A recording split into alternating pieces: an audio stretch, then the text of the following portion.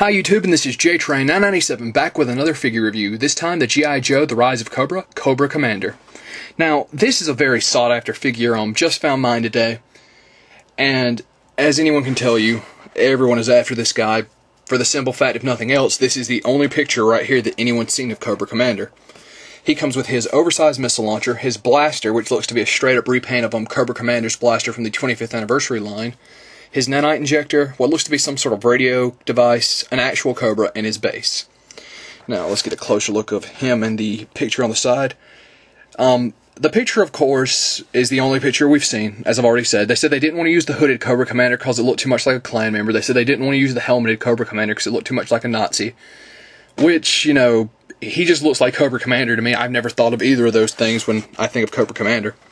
Now, one thing I did notice immediately about this package is, if you look online, when they first started releasing pictures of this guy, he had two cords attached running from his chest plate to his mask.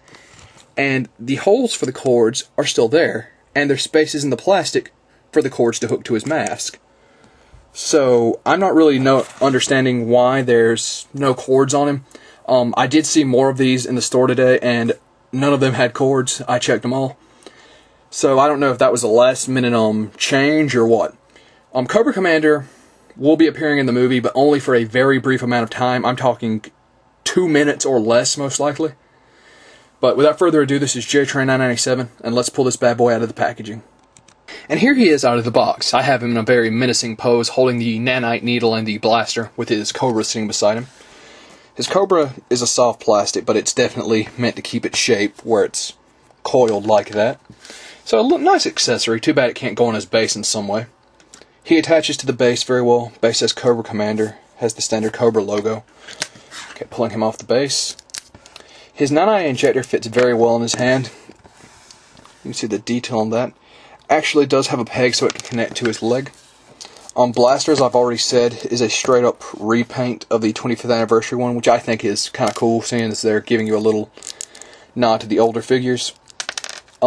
His little communicator, or whatever this thing is supposed to be, doesn't fit in his hand all that well. You can make it. Hold on one second while I try to... Yeah. As you can tell, it's giving me some issues here. There we go. Which, once again, looks like a walkie-talkie or something.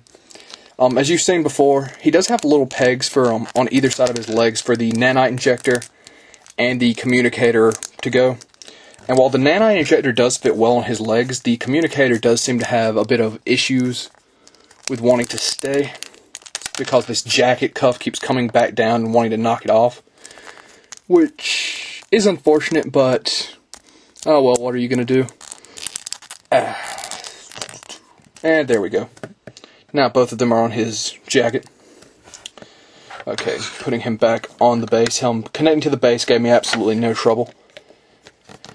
Okay, so let's get some close-ups of his mask. You notice the closer you get, it looks like almost brains or just plain out skin behind there. Oh, the camera's out of focus. There we go. But, you know, so I'm thinking maybe his face is completely destroyed or something of that manner. You see the chest plate, all that nice detail on him. So putting the camera down. Let's go on to his articulation, pulling off the nanite injector. His arms have the full range of movement, not hindered by the jacket at all. Elbow joint, swivels, wrist joint. Legs, unfortunately, are hindered a little by the jacket, but not all that much. Of course, double jointed at the knee, foot joint.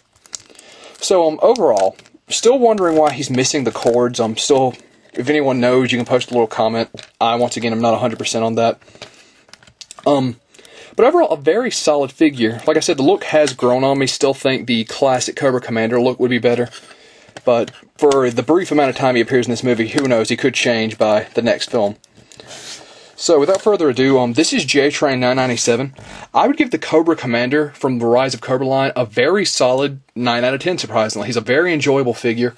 He has a very interesting little mask attachment that makes him look very interesting, especially to put on a shelf. Of course, his little Cobra with him. So, I definitely recommend to anybody pick him up just to have him or put him on a shelf, collect him, whatever. So, he gets a 9 out of 10, and I'll see you soon, YouTube. On a side note, almost forgot his oversized little blaster. You can see it here. Press the red button, shoots out. Nothing incredibly spectacular about it. So, once again, 9 out of 10. This is JTrain997, and I'll see you soon, YouTube.